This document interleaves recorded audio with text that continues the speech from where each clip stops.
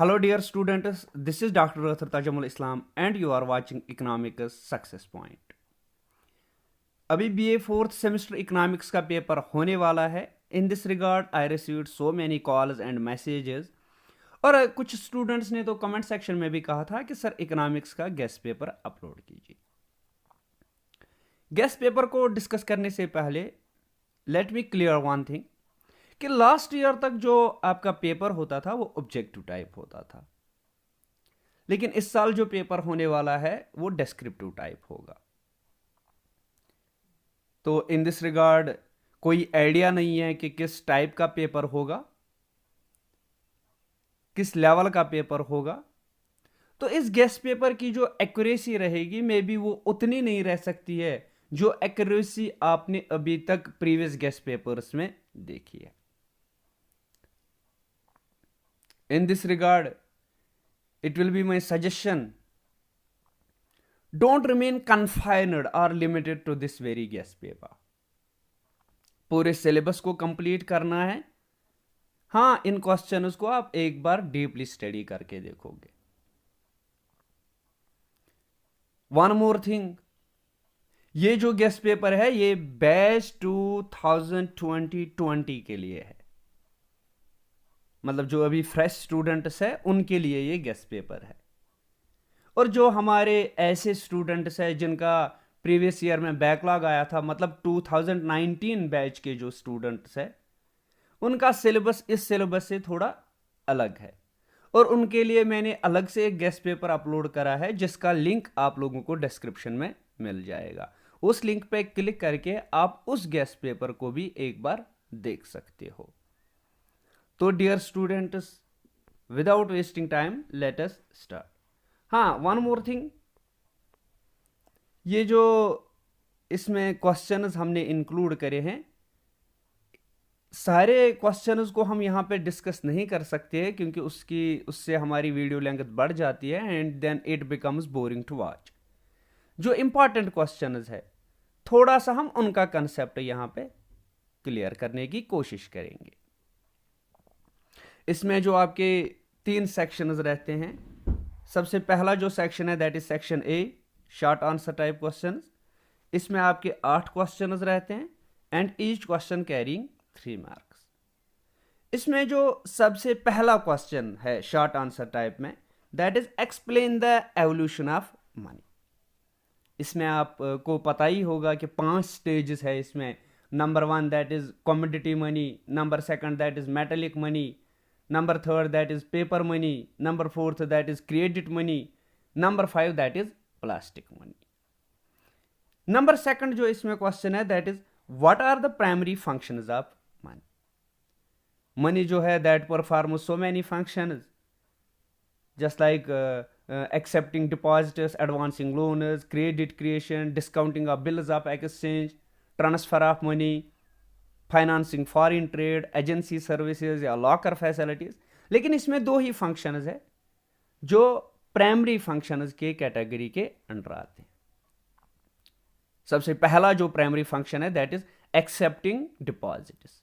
और उसमें फिर वो 3 टाइप उसके अकाउंट्स भी आप मेंशन कर सकते हो, जैसे saving bank deposits, demand deposits या जिनको हम करंट अकाउंट डिपॉजिट्स भी कह सकते हैं, फिक्स्ड डिपॉजिट्स जिनको हम टाइम डिपॉजिट्स भी कह सकते हैं.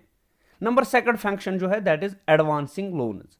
और इसमें फिर आप ये चीज़ भी मेंशन कर सकते हो कि कैसे एक कमर्शियल बैंक जो है लोन्स एडवांस करता है, जैसे बाय अलाउइंग एन ओवरड्राफ्ट या कॉल लोन्स या डिमांड लोन्स या कैश क्रेडिट. उसके बाद जो नंबर 3 इसमें आता है question that is what is define interest rate. Simply अगर हम कहें कि it is the amount charged over and above the principal amount by the lender from the borrower, या it is the amount a lender charges a borrower and is percentage of the principal. और principal हम उस amount को कहते हैं that is loaned. Simply it is the simply अगर हम interest rate को बताएं it is the cost of borrowing. जो आप बारो करते हैं उसके लिए आप एक कॉस्ट पे करते हो. उसमें जो नेक्स्ट क्वेश्चन है that is define goods and money market. Goods market अगर हम सिंपली कहे, we mean all the buying and selling of goods and services, और it is a market in which companies and households interact to buy and sell the output of goods and services. और इसमें जो households होते हैं they are acting as buyers while the companies are acting as sellers. और ये जो goods market है it can be determined by the ISCO, है ना, that means investment and saving. Investment relates to the companies or producers and saving relates to the households, और we can say buyers. उसके बाद जो इसमें दूसरा part है that is what is money market. Money market अगर हम simply कहे basically refers to a section of financial market where financial instruments both high liquidity and short term maturities are traded. या अगर हम सिंपल वे में कहे कि it is the buying and selling of securities of short term maturities of 1 year और less. जैसे उसमें जो शॉर्ट टर्म मैच्योरिटीज में जो आते हैं सिक्योरिटीज ऑफ शॉर्ट टर्म, उसमें हम इंक्लूड कर सकते हैं treasury bills, commercial papers, bills of exchange. और सिंपल वर्ड्स में अगर हम कहें it is the interaction between demand for money and supply of money. Supply of money means size of the money stock and it is determined by the LM. Liquidity represents the demand for money and M represents the money supply, that is the demand for money and supply of money. उसके बाद जो next factor है that is what are the factors we shift IS and LM curves.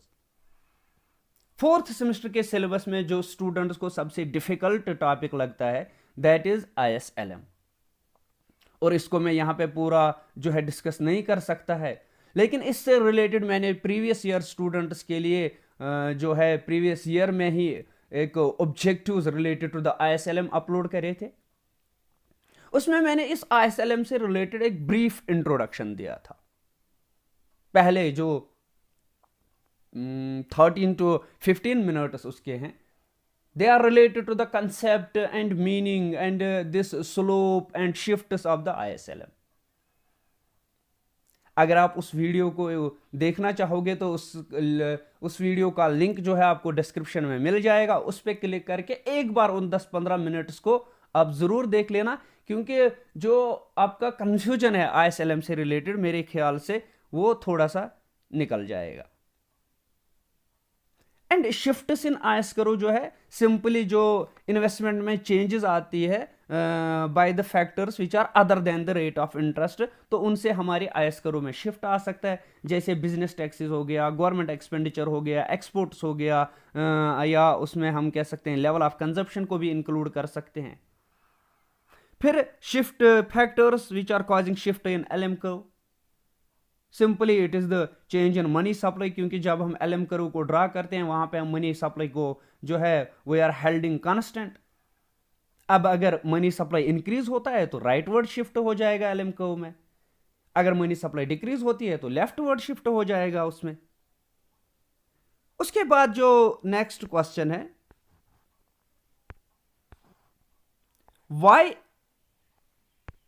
why aggregate demand curve slopes downwards. ये aggregate demand curve जो है slope क्यों हो रहा है डाउनवर्ड्स. इसमें 3 रीजन मेंशन जो है आप कर सकते हो. जैसे एक तो वेल्थ इफेक्ट हो गया, रेट ऑफ इंटरेस्ट इफेक्ट हो गया, फिर उसके बाद फॉरेन ट्रेड इफेक्ट या एक्सपोर्ट इफेक्ट आप मेंशन कर सकते हो. उसके बाद जो नेक्स्ट क्वेश्चन है that is right a brief note on multiplier. Multiplier आप लोगों को पता ही है कि it was first developed by F.A. Kahan in the year 1931, but that is known as employment multiplier. Then Keynes propounded the concept of multiplier, and that is known as income multiplier or investment multiplier.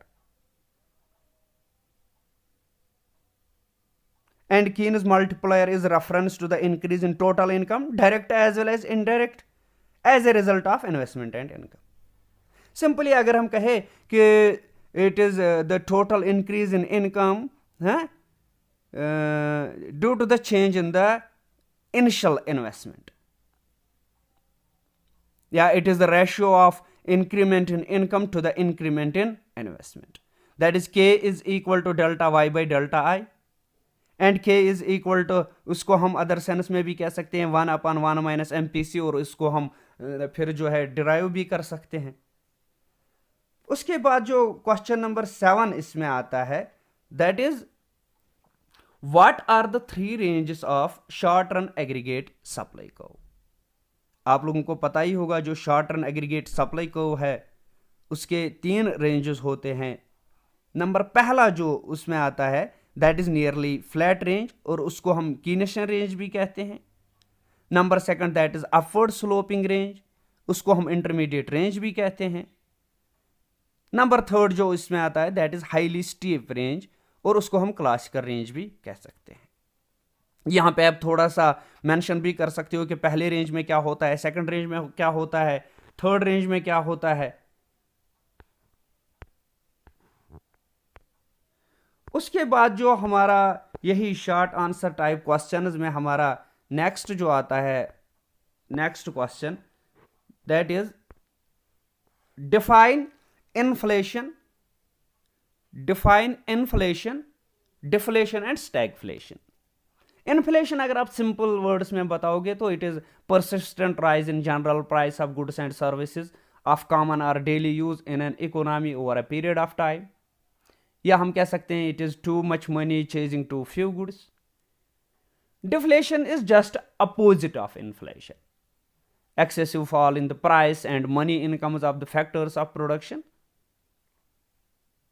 and जो purchasing power of the money है that rises over the time जब हमारे economy में deflation होता है। Stagflation simply it is economic condition when stagnant economic growth, high unemployment rate and high inflation combine together, मतलब inflation plus stagnant growth that is equal to stagflation. उसके बाद जो इसमें है mention that is next question, what are the different types of inflation. इसमें आप जानते हो कि सबसे पहला जो है क्रीपिंग इन्फ्लेशन है, उसमें जो इन्फ्लेशन रेट रहता है, क्योंकि ये जो क्लासिफिकेशन ऑफ इन्फ्लेशन है it is based on the intensity of the inflation, मतलब इन्फ्लेशन की स्पीड कितनी है। क्रीपिंग इन्फ्लेशन उसमें नॉट मोर देन 3% रहता है, उसको हम लो और माइल्ड इन्फ्लेशन भी कहते हैं। वॉकिंग इन्फ्लेशन दूसरा इसका टाइप है, उसको हम ट्रॉटिंग इन्फ्लेशन भी कहते हैं, और इसमें जो इन्फ्लेशन रेट रहता है दैट इज बिटवीन 3 to 10%। फिर उसके बाद रनिंग इन्फ्लेशन, उसमें जो इन्फ्लेशन रेट रहती है दैट इज बिटवीन 10 to 20%। उसके बाद जो फोर्थ टाइप इसका आता है दैट इज हाइपर इन्फ्लेशन, और उसको हम गैलोपिंग इन्फ्लेशन भी कहते हैं। उसमें जो इन्फ्लेशन रेट रहता है दैट इज अबाउट 20%। उसके बाद जो नेक्स्ट क्वेश्चन है that is explain structural, frictional and disguised unemployment. Structural अगर हम सिंपल वे में कहे it is a mismatch between demand for labour and supply of labour, या it is a longer lasting form of unemployment which is caused by the fundamental shifts in an economy, and it emerges when there is a gap between the skills possessed by the population and the jobs available. उसके बाद जो है इसमें frictional unemployment, it is the result of voluntary employment which transmits within an economy, and it is type of unemployment that arises when workers are searching for new jobs or are transmitting from one job to another job.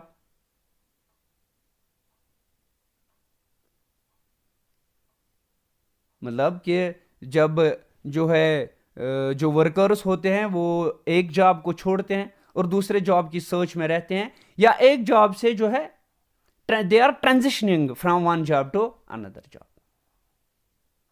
and this type of unemployment that is frictional unemployment, it is naturally occurs even in a growing stable economy also, या अगर हम कहें simply it is gap between two jobs.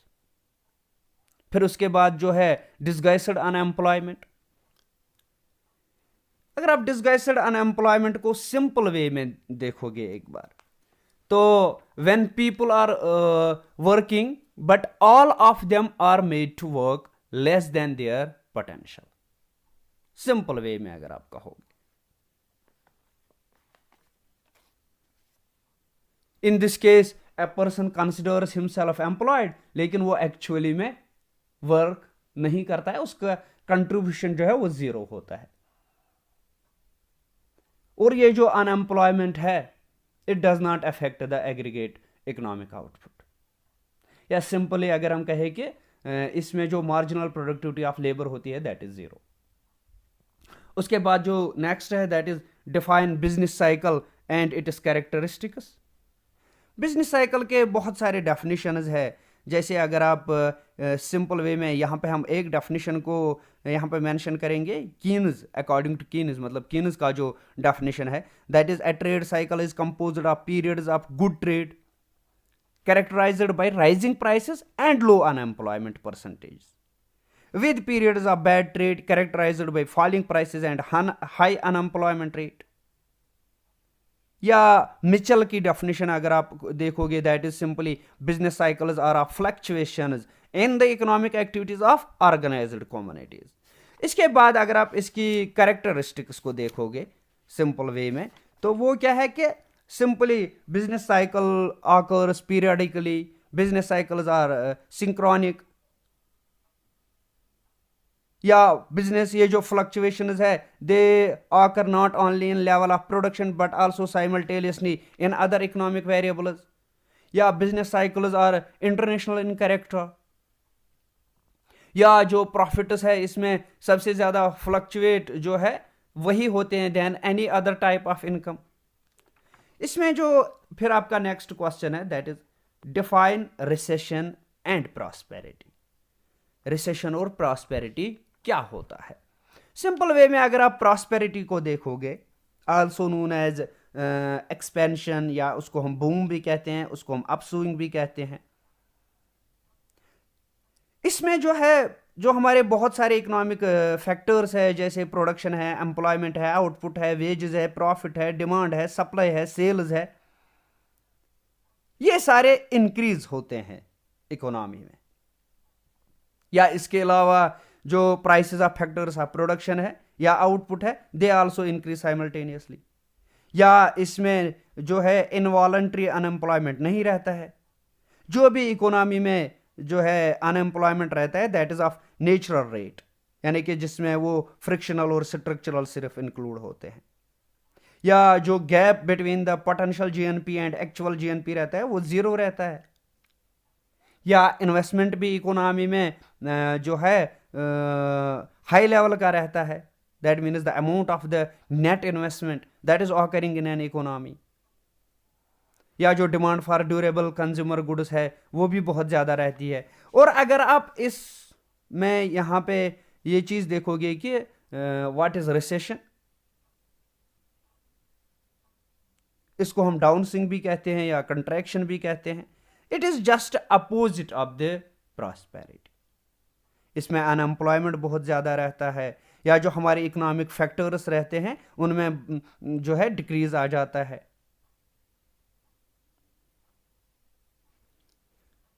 तो उसके बाद जो next question है यहां पे define monetary and fiscal policy. Monetary policy को हम अगर देखें simply it refers to the actions of central bank to achieve macroeconomic policy objectives such as price stability, full employment, stable economic growth, financial stability. It is formed and managed by central bank of a country and is concerned with the management of money supply and interest rate in an economy.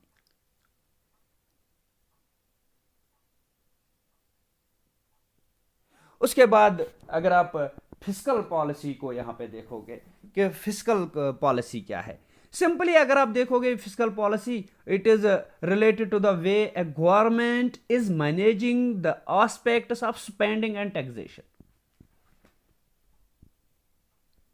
It is government's way of stabilising the economy and helping in the growth of the economy. ये चीज आप mention कर सकते हो। उसके बाद जो next इसमें है section B that is medium answer type question. इसमें आपके 4 क्वेश्चंस रहते हैं, and each carrying 5 marks.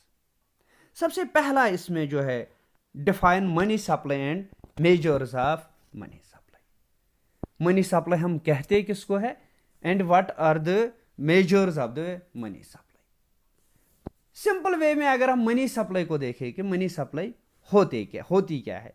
Money supply जो है ये एक स्टॉक कंसेप्ट है। It refers to the total sum of money available to the public in the economy at a point of time. It is stock concept. उसके बाद अगर आप 4 measures of the money supply देखोगे, that is उसको हम category करते हैं जो 1977 से आरबीआई की क्लासिफिकेशन रही है, फ्रॉम अप्रैल टू 1977। 4 उसमें कैटेगरीज है, जैसे नंबर 1 M1, उसको हम नैरो मनी भी कहते हैं, and that is equal to C plus DD plus OD।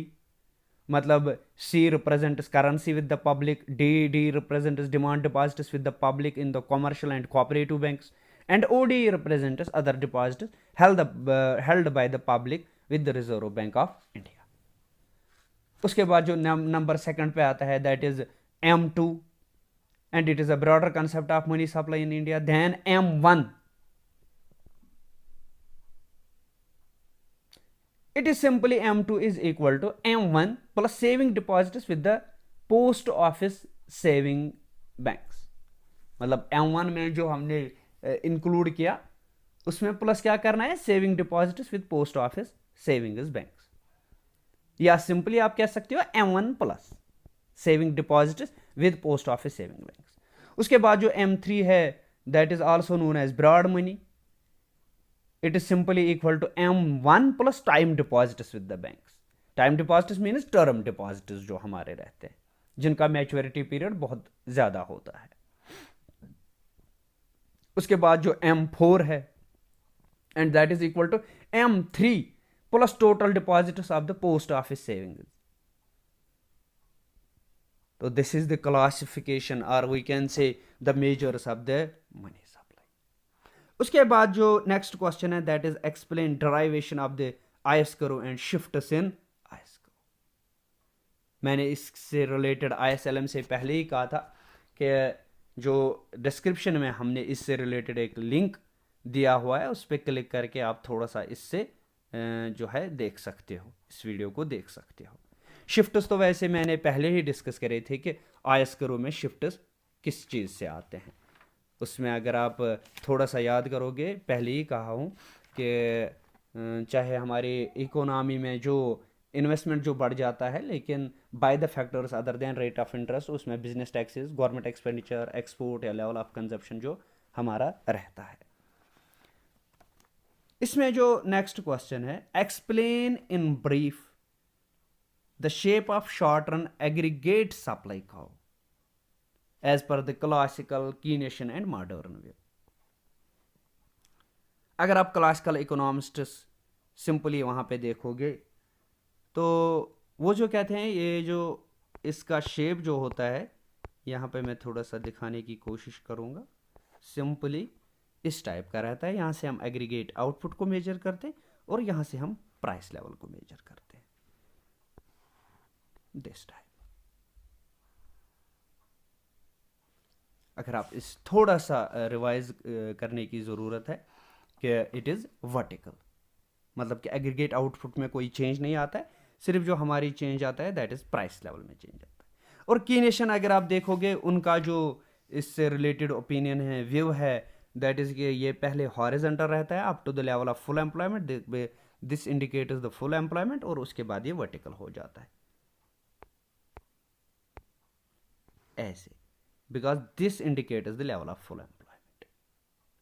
उसके बाद अगर आप मॉडर्न व्यू देखोगे तो उसमें हमारे 3 रेंजेस आ जाते हैं, and this is number 1, this is nearly flat range, उसको हम कीनेशन रेंज भी कहते हैं। और ये जो नंबर 2 है दिस इज इंटरमीडिएट रेंज, उसको हम अपवर्ड स्लोपिंग रेंज भी कहते हैं। और ये जो है इसको हम हाईली स्टीप रेंज कहते हैं, और इसको हम क्लासिकल रेंज भी कह सकते हैं। उसके बाद जो हमारा नेक्स्ट क्वेश्चन है that is define business cycle and explain it is different phases. ये वाला क्वेश्चन अगर आप देखोगे बिजनेस साइकिल, इसके मैंने दो डेफिनेशंस ऑलरेडी डिस्कस करे हैं कि ये होता क्या है। ये जो फ्लक्चुएशंस हमारी इकोनॉमी में आते हैं उनको हम साइकिल्स कहते हैं, because that mean they are periodic and occur regularly through perfect regularity, as though perfect regularity has not been observed. मतलब इनकी कोई रेगुलरिटी नहीं रहती है कि एक पीरियड जो है 6 महीने के लिए रहा है, रिसेशन अभी 6 महीने के लिए रहा है, तो अगली बार 1 साल के बाद जो रिसेशन आएगा वो भी 6 महीने का होगा। या हमारी इकोनॉमी जो प्रॉस्पेरिटी है वो 2 साल का रहेगा, तो अगली बार जो ये आएगा 6 महीने के बाद फिर से, तो उसमें भी जो है इसका टाइम ड्यूरेशन 2 साल का रहेगा।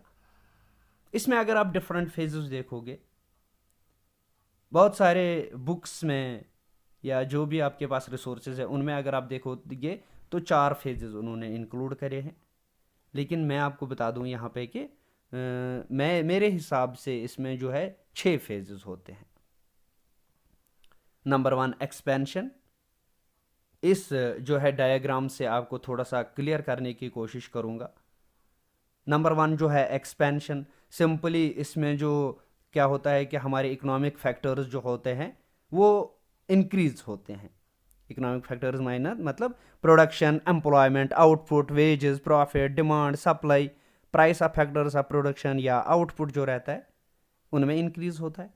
उसके बाद जो पीक है, इसमें जो increase in the growth rate of business cycle achieve जो करता है वो मैक्सिमम लिमिट अचीव करता है। इकोनॉमिक फैक्टर्स जो होते हैं वो हायर होते हैं, लेकिन इसके बाद वो इंक्रीज नहीं होते हैं। अगर आप इसकी एग्जांपल देखोगे, रिसेंट एग्जांपल यूएसए में जो है, USA hit a peak in Feb 2020 और and it was lasted for 1 to 8 months, 128 months।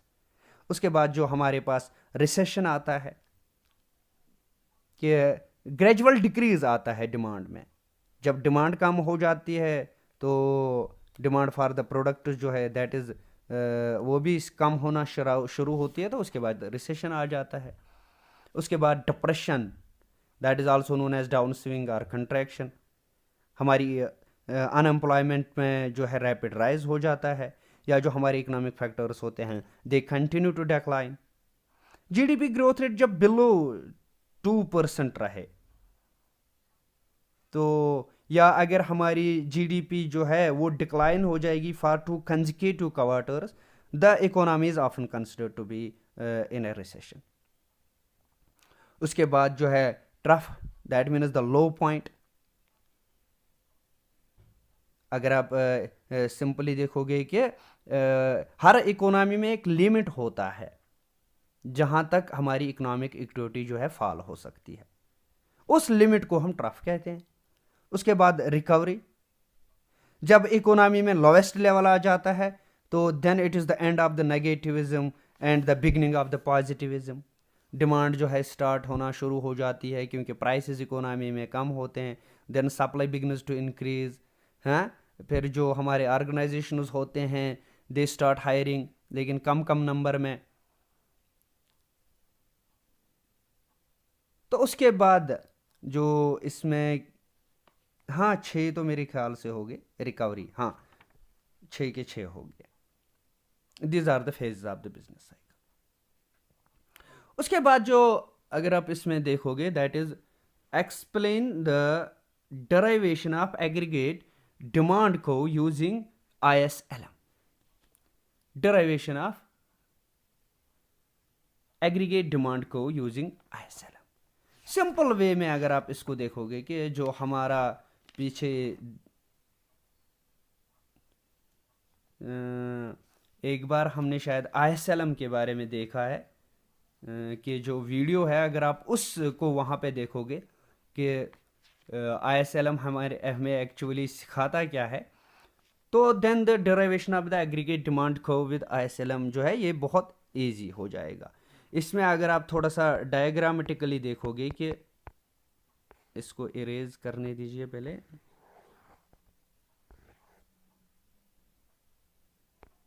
Diagrammatically अगर आप देखोगे कि ये जो हमारा एग्रीगेट डिमांड कर्व है, फॉर एग्जांपल ये जो ऐसे मॉडल है, this simply describes the relationship between price level and aggregate output demanded. Aggregate demand curve जो है that shows relationship between the price level and the level of national income. यानी कि जो भी हमारी मनी सप्लाई रहती है इकोनॉमी में, जब उसमें प्राइस लेवल कम हो जाती है, रियल मनी बैलेंस इंक्रीज होती है, और जो इंक्रीज हमारी रियल मनी बैलेंस में होता है that shift the LM curve to the right. For example this is the IS curve and this is the LM curve, because IS curve slopes downwards and LM curve slopes upwards. और ये जो equilibrium है intersection point, for example this is the aggregate demand curve. This is the one point which indicates the level of national income. For example, this is Y1 and this indicates the price level. अब अगर for example हमारी economy में जो given money supply है उसमें price level कम हो जाता है, फॉर एग्जांपल प्राइस लेवल, यहां से हम प्राइस लेवल को मेजर करते हैं, इसमें गिरावट आ गई, तो उससे क्या होगा, रियल मनी बैलेंस हमारी इंक्रीज होगी. That means the LM curve जो है वो शिफ्ट हो जाएगा राइटवर्ड्स. जो हमारा न्यू इक्विलिब्रियम पॉइंट यहाँ पे बन जाता है, अगर हम इससे एक टेंजेंट लाइन को यहाँ पे डालते हैं, दैट मीन्स हमारी नेशनल इनकम भी बढ़ जाती है. जब हम इन दो पॉइंट्स को यहाँ पे कंबाइन करते हैं तो दैट मीन्स कि this is the derivation of the aggregate demand curve. और उसमें अगर आप देखोगे factors which are causing a shift in the aggregate demand curve, मतलब जिन फैक्टर से ISLM में शिफ्ट आ जाता है उन्हीं फैक्टर्स में क्या हमारी एग्रीगेट डिमांड कर्व में भी शिफ्ट आ जाएगा यहाँ पे. मतलब हमारी इकोनॉमी में गवर्नमेंट एक्सपेंडिचर अगर बढ़ जाता है, यानी expansionary fiscal policy, that will cause a shift in the IS curve to the right. उससे हमारी नेशनल इनकम बढ़ जाएगी and therefore lead to the shift in the aggregate demand curve to the right. या अगर हमारी economy में money supply increase हो जाता है which will cause the LM curve to shift right, तो हमारी इकोनॉमी में जो एग्रीगेट डिमांड कर्व है दैट विल आल्सो शिफ्ट राइटवर्ड्स.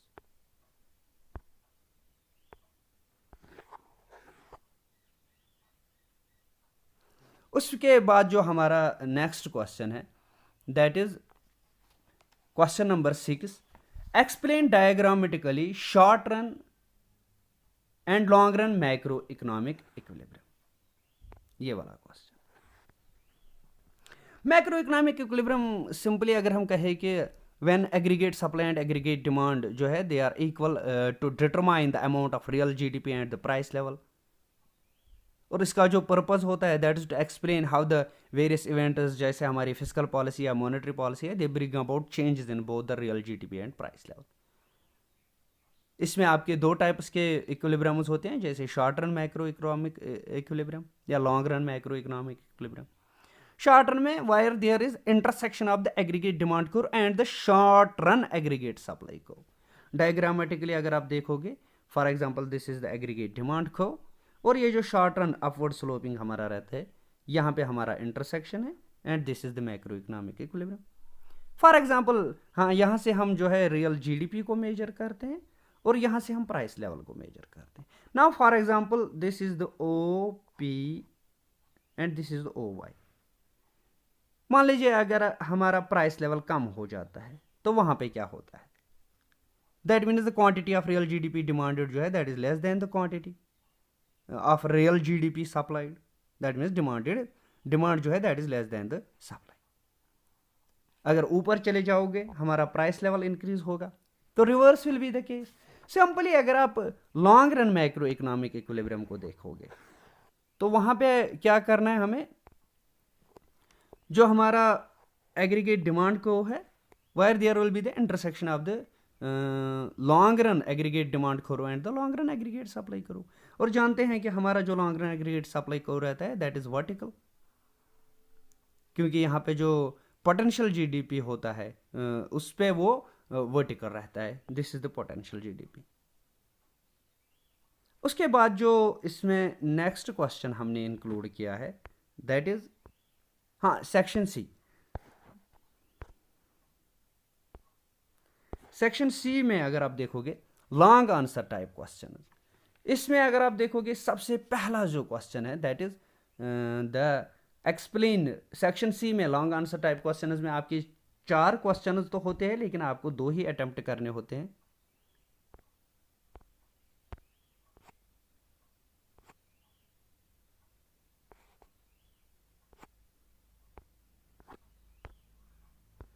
दो ही अटेम्प्ट आप लोगों को करने होते हैं।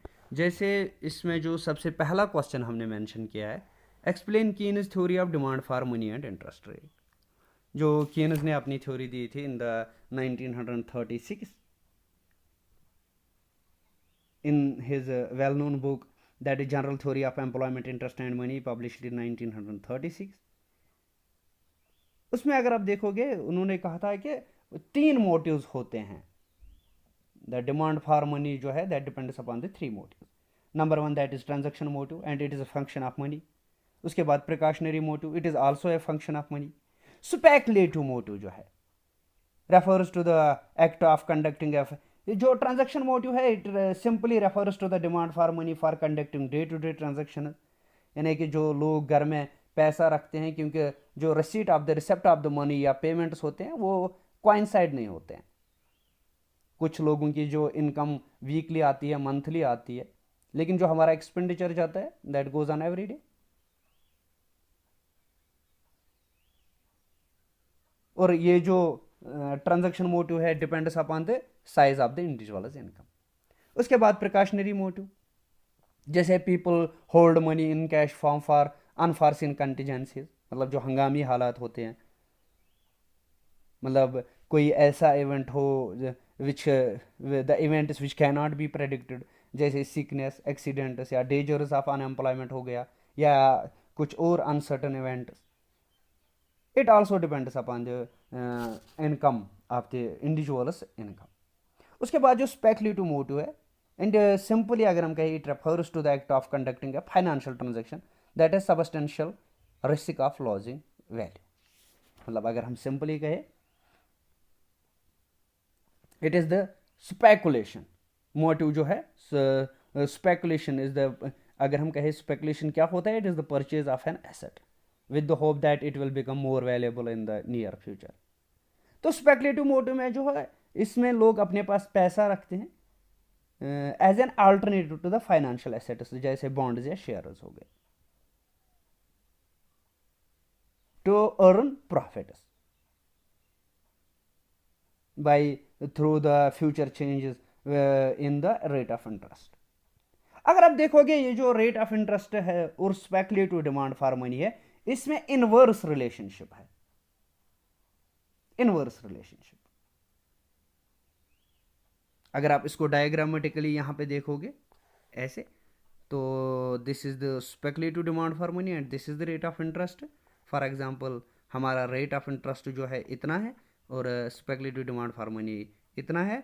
अगर आप इसको डिक्रीज करोगे तो ये इंक्रीज हो जाएगा, डिक्रीज करोगे तो, लेकिन यहाँ पे एक पॉइंट आता है जब इसमें कोई चेंज नहीं आती है, उसको हम लिक्विडिटी ट्रैप कहते हैं। और इसके पीछे क्या रीजन है कि इनवर्स रिलेशनशिप है, bond price and the interest rate. आप लोगों ने देखा होगा वहां पे भी इनवर्स रिलेशनशिप है। मतलब फॉर एग्जांपल यहां पे मैं एक बात समझाऊं, अगर रेट ऑफ इंटरेस्ट अभी इकोनॉमी में ज़्यादा हो गया, फॉर एग्जांपल इसको यहाँ पे समझाने की थोड़ा सा मैं कोशिश करूँगा क्योंकि टाइम ज़्यादा नहीं रहता है इसमें।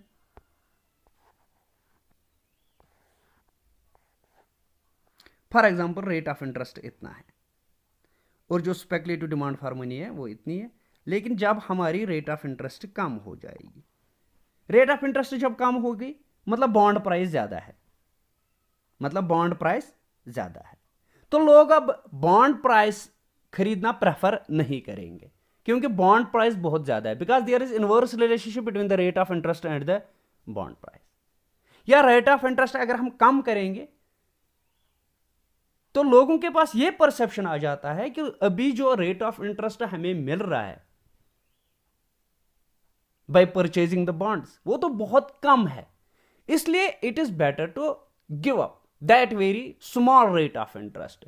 तो वो क्या करते हैं, पैसा इन लिक्विडिटी फॉर्म अपने पास रखते हैं फॉर दिस मोटिव। फर्दर अगर ये डिक्रीज हो जाता है that means further the bond price has increased, क्योंकि रेट ऑफ इंटरेस्ट डिक्रीज हो गया तो बॉन्ड प्राइस इंक्रीज हो गया। तो इस वक्त लोग बॉन्ड्स नहीं खरीदते हैं, उन्होंने इसके लिए जो पैसा रखा होता है वो अपने पास रखते हैं, दैट फर्दर इंक्रीज। लेकिन इसके बाद जो यहाँ पे कीन्स का एक कंट्रीब्यूशन है कि लिक्विडिटी ट्रैप आ जाता है, वो यहाँ पे डिस्कस करने की मेरे ख्याल से अभी ज़रूरत नहीं है, कभी अगर टाइम मिले तो उस चीज़ को भी हम डिस्कस करेंगे। उसके बाद जो यहाँ पे आप नेक्स्ट क्वेश्चन देखोगे, दैट इज क्वेश्चन नंबर जो है, explain derivation of LM curve and shifts in LM curve, explain simultaneous equilibrium in goods and money market. एलएमको मैंने पहले ही कहा, इससे रिलेटेड एक वीडियो आप लोगों को मिल जाएगा। जो एलएमको है, सिंपली अगर हम कहें कि represents the relationship between the levels of national income and interest rate at which money market is in equilibrium. अगर आप स्लोप इसका देखोगे तो that is the responsiveness of the demand for money to change in income. मतलब अगर increase in income हो जाता है तो demand for the money would increase for being held for transaction, है ना। तो दैट मीन्स सिंपली ये चीज़ें इसमें स्लोप में। अगर आप इसमें शिफ्ट्स देखोगे, क्योंकि हमने स्टॉक ऑफ मनी इसमें एलएमको में जो है वाइल डिराइविंग द एलएमको, उसको we held the supply of money constant, money supply increase हो जाती है गिवन द डिमांड फंक्शन एलएमको शिफ्ट्स राइटवर्ड्स। अगर अब मनी सप्लाई अब डिक्रीज होगा दैट मीन्स तो जो हमारा एलएमको है दैट विल शिफ्ट लेफ्टवर्ड्स। या इसमें जो change in liquidity preference money demand function for a given level of income, जिसमें कितना लोग जो है प्रेफर करते हैं अपने पास इन लिक्विड फॉर्म में रखने में। उसके बाद अगर आप इसमें जो हमने क्वेश्चन इंक्लूड किया है that is simultaneous equilibrium. Simultaneous equilibrium simply ये जो आईएसएलएम है it relates two variables, that is income and rate of interest. That means income and rate of interest are therefore determined together at the point of intersection of these two curves. जब ये ISLM, क्योंकि उसमें भी income आ जाता है, इसमें भी rate of interest आ जाता है जहां पे इनका इंटरसेक्शन होता है, दैट मीन्स जो इक्विलिब्रियम इसका होता है। फॉर एग्जांपल यहां पे मैं एक बार दिखाने की कोशिश करूंगा थोड़ा सा। This is the LM curve, say like that, and this is the IS curve. और ये जो इंटरसेक्शन का पॉइंट होता है, इसमें जो हमारा रेट ऑफ इंटरेस्ट यहां से हम मेजर करते हैं, रेट ऑफ इंटरेस्ट, और यहां से हम नेशनल इनकम को मेजर करते हैं।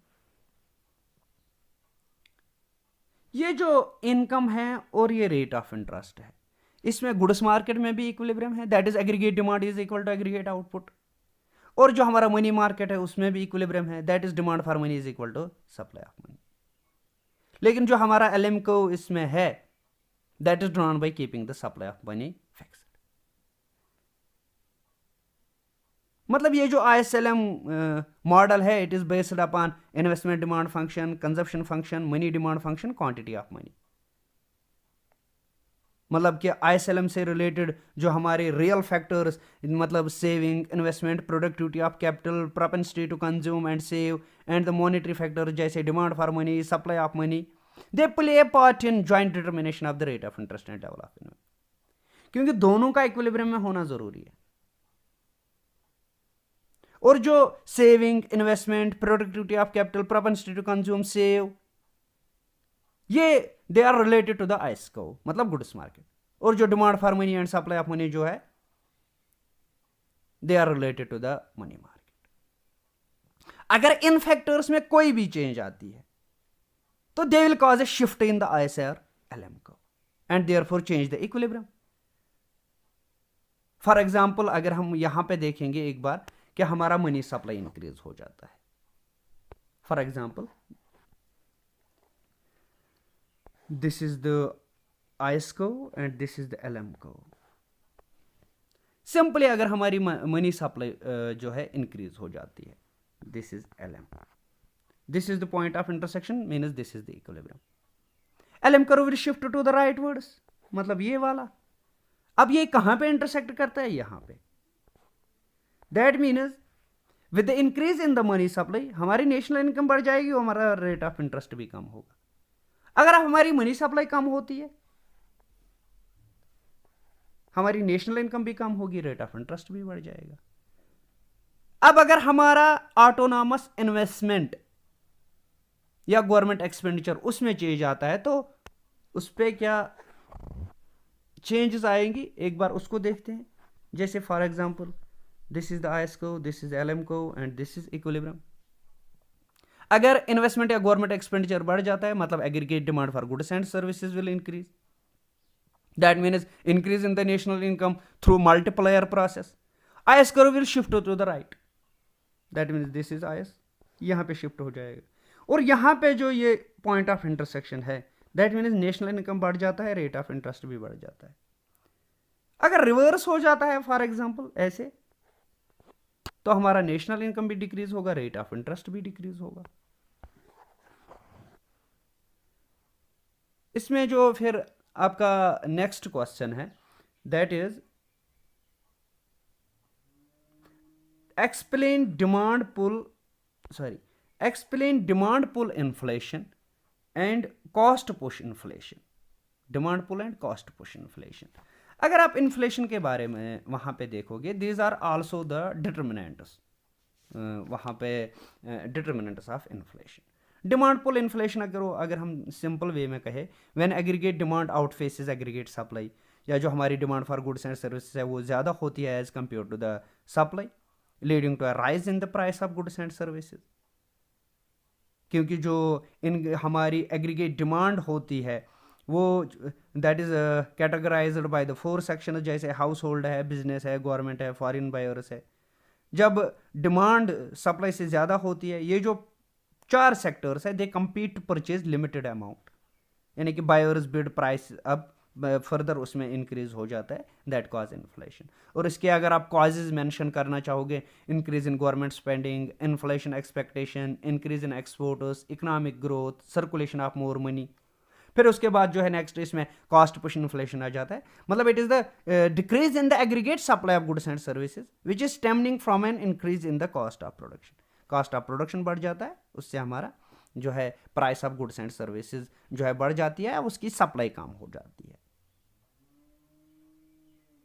मतलब हायर कॉस्ट ऑफ प्रोडक्शन हो गया, रॉ मटेरियल का प्राइस इंक्रीज हो गया। इसके अगर आप एक बार जो है कॉजेज देखोगे, that is the higher price of commodities, higher wages, higher taxes, higher food prices, profit push inflation, devaluation, क्योंकि डिवैल्यूएशन से हमारे इंपोर्ट प्राइसेस जो है import they also that is known as imported inflation, क्योंकि import prices जो है बढ़ जाते हैं, जो हम रॉ मटेरियल्स इंपोर्ट करते हैं उनकी प्राइस उस हिसाब से बढ़ जाती है, फिर हमारी इकोनॉमी में भी इन्फ्लेशन आ जाता है। तो उसके बाद अगर आप मेजर्स इसमें देखोगे कि how to control this inflation, इसमें अगर आप देखोगे मॉनेटरी मेजर्स है, फिस्कल मेजर्स है। मॉनेटरी मेजर्स सिंपली मतलब कि जो हमारे central bank of an economy जो लेती है टू कंट्रोल द इन्फ्लेशन, उसमें अगर आप देखोगे इंक्रीज इन बैंक रेट या इंक्रीज इन रिकवर्ड रेशियो जो होते हैं, रिकवर्ड रिजर्व रेशियोज, उसमें CRR आ जाता है, SLR आ जाता है, या ओपन मार्केट ऑपरेशंस आ जाते हैं, या डिक्रीज इन क्रेडिट फैसिलिटी, या डिमोनेटाइजेशन को भी उसमें मेंशन कर सकते हो आप। उसके बाद फिस्कल मेजर्स, मतलब जो गवर्नमेंट एक्शंस लेती है, मेजर्स लेती है टू कर्ब द इन्फ्लेशन। उसमें अगर आप देखोगे गवर्नमेंट जो है रेट ऑफ टैक्सेशन को इंक्रीज कर सकती है, या एक्सपेंडिचर को कम कर सकती है, या करेंसी को ओवर वैल्यू कर सकती है, या सेविंग्स को एनकरेज कर सकती है, या बैलेंसिंग बजट सिस्टम आ सकता है, या वेज रेट को कंट्रोल कर सकते हैं, या हम प्रोडक्शन ऑफ नेसेसरी गुड्स को इंक्रीज कर सकते हैं। उसके बाद अगर आप इसमें नेक्स्ट क्वेश्चन देखोगे, that is distinguish between short run and long run Phillips curve. Phillips curve आप लोगों को पता ही होगा कि जो नवंबर 58 में AW फिलिप्स ने एक आर्टिकल छापा था, उसका नाम था relation between unemployment and rate of change in money wages in UK from 1861 and 1957। उसमें उन्होंने क्या देखा था कि there is inverse relationship between the rate of unemployment and rate of interest, that is sloping downwards, that means there is trade off. फिर उसके बाद अगर आप देखोगे ये जो फिलिप्स को है, it could not hold good during 70s and 80s, जब इसका एम्पिरिकल टेस्ट किया गया था USA में। तो उसके कुछ जब जो है 70s 80s में वहाँ पे जो है इसकी एम्पेरिकल एविडेंस जो है उसका टेस्ट किया गया था, तो it didn't could not hold good दिया।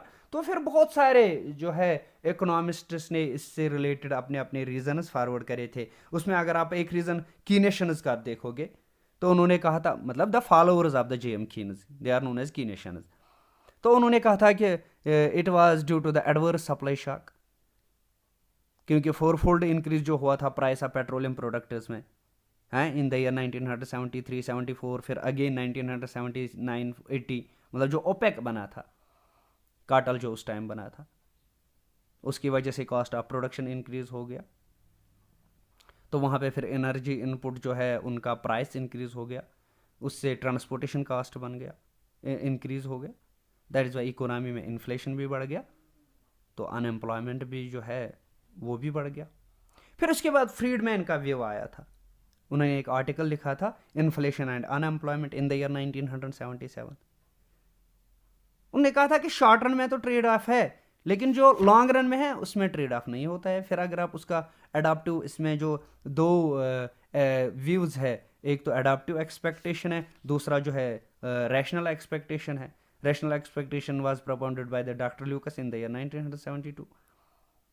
वो चीज़ भी अगर आप इसमें मेंशन करना चाहोगे तो कर सकते हो, क्योंकि जो हमारा लॉन्ग रन फिलिप्स कर्व है उसमें that is vertical through the O Y axis, मतलब वर्टिकल रहता है, और we can say parallel to the O Y axis, लेकिन उसमें जो है ट्रेड ऑफ नहीं रहता है between the two variables, between the two factors.